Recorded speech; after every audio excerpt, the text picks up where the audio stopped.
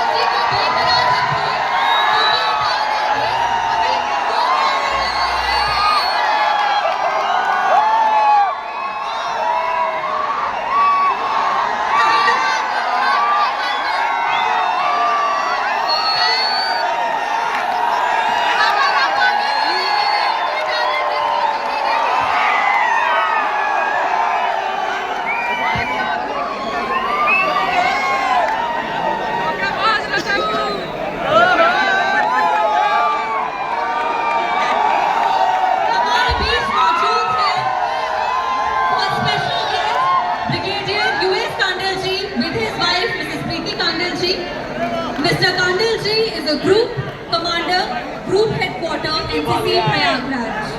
We also have with us Colonel Ramneet Goswami ji, commanding officer, 2 UP Artillery Battery, Prayagraj.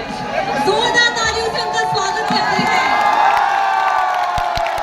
अभी जिन भी performance को यहाँ perform करते हुए देख रहे हैं, मैं आपको बताना चाहती हूँ कि इनमें से कोई भी पेड प्रोफेशनल नहीं है। ये सभी निस्वार्थ भाव से यहाँ सेवा कर रहे हैं और सैम के यंग सेल्फलेस वॉलंटियर्स हैं। तो दिव्य ज्योति जागृति संस्थान का युवा प्रकल्प है, जो 2009 से हमारे पूज्य गुरुदेव सर श्री आशुतोष महाराज जी की गाइडेंस के अंदर 20 लाख से भी ज्यादा युवाओं को ट्रांसफॉर्म कर चुका है। तो अगर आप भी इस क्रांतिकारी मूवमेंट से जुड़ना चाहते हैं तो अपने आप को रजिस्टर करा सकते हैं हमारे काउंटर्स पर पीछे। जैसे कि हमने आपको बताया, हमारे साथ और भी संजीव सान्याल जी। संजीव सान्याल जी प्रसिद्ध भारतीय इकोनॉमिस्ट और इतिहासकार हैं। इन्होंने फेमस किताबें लिखी हैं इंडियन हिस्ट्री पर। ये पीएम मोदी की इकोनॉमिक एडवाइजरी काउंसिल के भी मेंबर हैं। सान्याल जी ने 6 ऐतिहासिक सर्वेक्षण में भी अपना योगदान दिया है। इनके बारे में और जानेंगे इन वीडियो के through. I will request the tech team to please play the video. Economics of India prime minister के साथ काम करते हैं। The member of the Economic Advisory Council to the Prime Minister of India. He's a thinker, he's an academic historian है, एक कामयाब लेखक है। He is the person who is responsible for several reforms in India. This is Sanjeev Sanyal. नमस्कार मित्रों,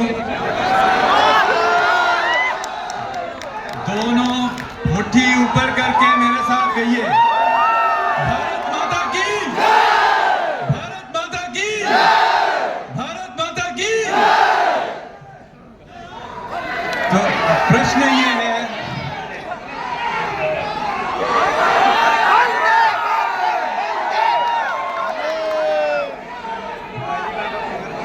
तो मैं आपसे 10 मिनट की विनती कर रहा हूं कि सिर्फ मुझसे 10 मिनट के लिए थोड़ी इतिहास सुन लें। हाँ, इतिहास क्यों सुनाना चाहता हूं मैं बताता हूं कि आपने अभी कहा भारत माता की जय। आप इधर कुंभ में आए हैं, त्रिवेणी संगम में। यहाँ 3 नदियां हैं, एक है गंगा, दूसरी यमुना और तीसरी सरस्वती। तब प्रश्न है कि ये जो शब्द हैं भारत, ये जो नाम है सरस्वती, इनका इतिहास क्या है? हम इधर हजारों साल से क्यों आते हैं? और इस जो कुंभ मेला में हम लोग सब भाग ले रहे हैं, क्यों ले रहे हैं?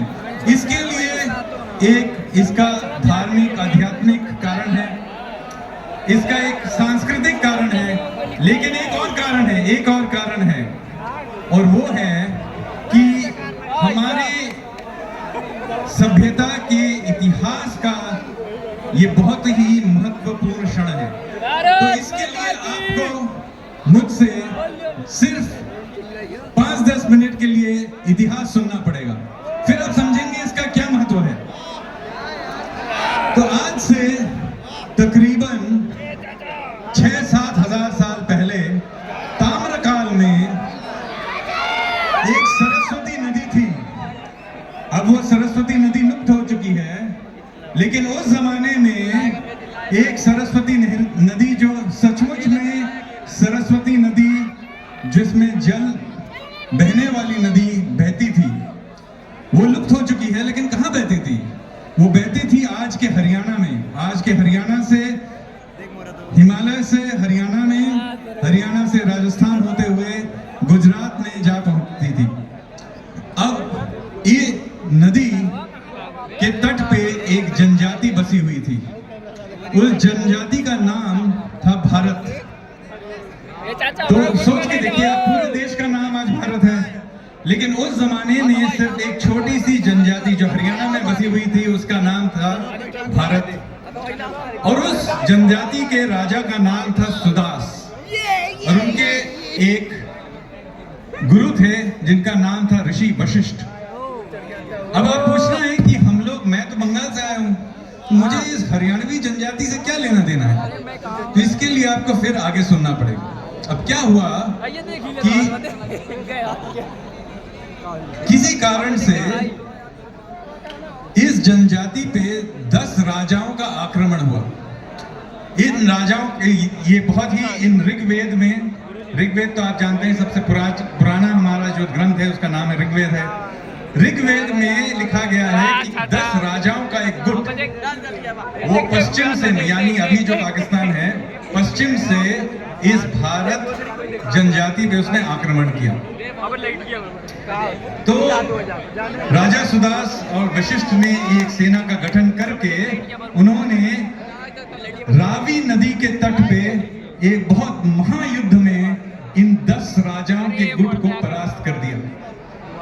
तो इस परास्त हो जाने के बाद राजा सुदेव ने यमुना के तट पे और एक राजा को परास्त किया जिसका नाम अभेद है।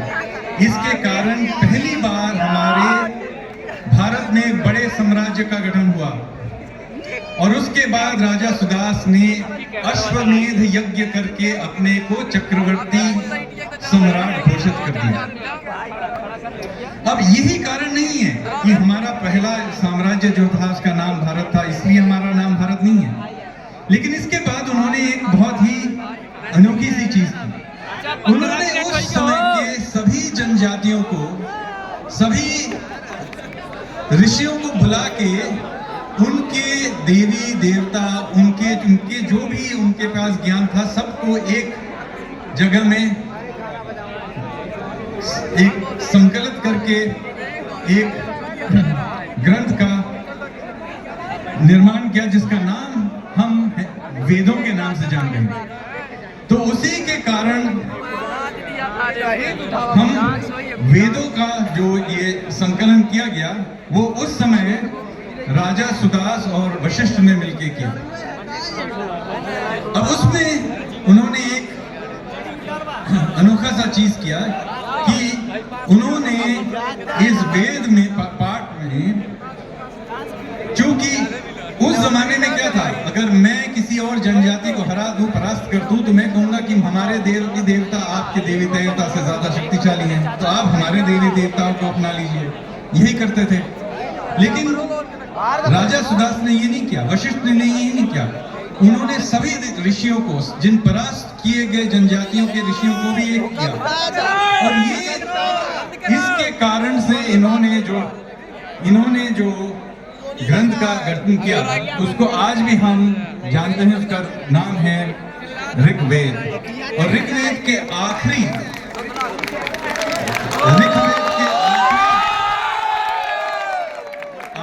जो श्लोक हैं वो आप सब जानते हैं। संभगतम, वो वाला श्लोक आप सभी सुने होंगे, सुना है। तो उसका मतलब क्या है? वो एक्चुअली एक कॉन्ट्रैक्ट है। कॉन्ट्रैक्ट में क्या लिखा है कि हम एक साथ एक स्वर से कहें, एक सभा में बैठें, सभी एक दूसरे को, देवी देवताओं को श्रद्धा से यज्ञ में स्थान दें इसी कारण से एक प्रथा चली आई उस समय से, आज से 6-7 हजार साल पहले से, जिसमें एक जगह में सब आके मिले और उन्होंने इन ग्रंथों का गठन किया। इसी से हमारी सभ्यता का नींव रचा गया। अब क्या होता है कि हर 12 साल हम लोग इस कॉन्ट्रैक्ट को रिन्यू करते हैं, इसीलिए यहाँ आते हैं, क्योंकि अभी सरस्वती नदी तो लुप्त हो चुकी है, यहाँ तो गंगा और यमुना है, लेकिन और एक धारा है, वो जल की धारा नहीं है, वो हमारी सभ्यता की धारा है। और ये सभ्यता की धारा यहीं सरस्वती के नाम से बह रही है। समझ में आया क्यों हम हैं? हम लोग यहाँ फिर से ये संकल्प लेने आए हैं कि सनातन धर्म और भारतीय सभ्यता सनातन है, और आज से 144 साल बाद हमारे जो संतान होंगे यहीं आके इसी शपथ को फिर से ग्रहण करेंगे। यही कारण है हम लोग यहाँ आए। और आज से 304 साल पहले भी एक ऐसे राजा थे, जब हमारे देश पे आक्रमण हुआ था तुर्कियों का, मुगलों का, तब ऐसे एक राजा थे जिन्होंने भी इस शपथ को फिर से लिया था। उनका नाम है छत्रपति शिवाजी महाराज। तो छत्रपति शिवाजी महाराज ने भी ये शपथ ली थी। तो मेरे साथ दोनों हाथ ऊपर करके कहिए, जय भवानी, जय भवानी, जय भवानी, जय शिवाजी, जय शिवाजी, जय शिवाजी। तो इस शपथ को लेने के बाद मैंने इसीलिए बताया कि आप समझें कि आप लोग इधर क्यों आए हैं, कि हम लोगों ने इस सनातन धर्म और हमारी भारतीय सभ्यता को बरकरार रखने के लिए, हमेशा के लिए इसको जीवित रखने के लिए एक संकल्प लिया है। तो इसी के साथ मैं ऑर्गेनाइजर्स को बुलाऊंगा कि आप आए इधर और शिवाजी के नाम पे एक अभी हम लोग गीत सुनने वाले हैं, उन्हें प्रस्तुत करें। धन्यवाद।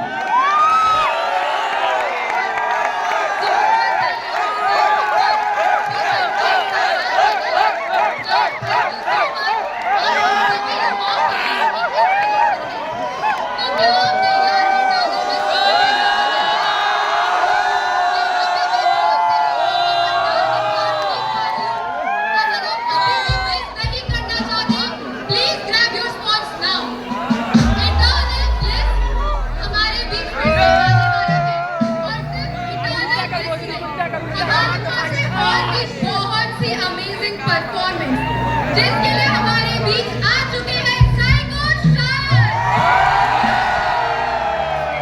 और आप सुनने वाले हैं एक बहुत ही सोलफुल कॉम्पोजिशन को छत्रपति शिवाजी महाराज पर। इस कॉम्पोजिशन को कंपोज करा है हमारे बैंड ने। तो आइए एक बार जोरदार तालियों से डालें एनर्जी लूज नहीं हुई आप लोगों को? Full power. जय भवानी। तो ये जो नेक्स्ट कॉम्पोजिशन हमारी है, इस कॉम्पोजिशन का नाम है शेर शिवाजी।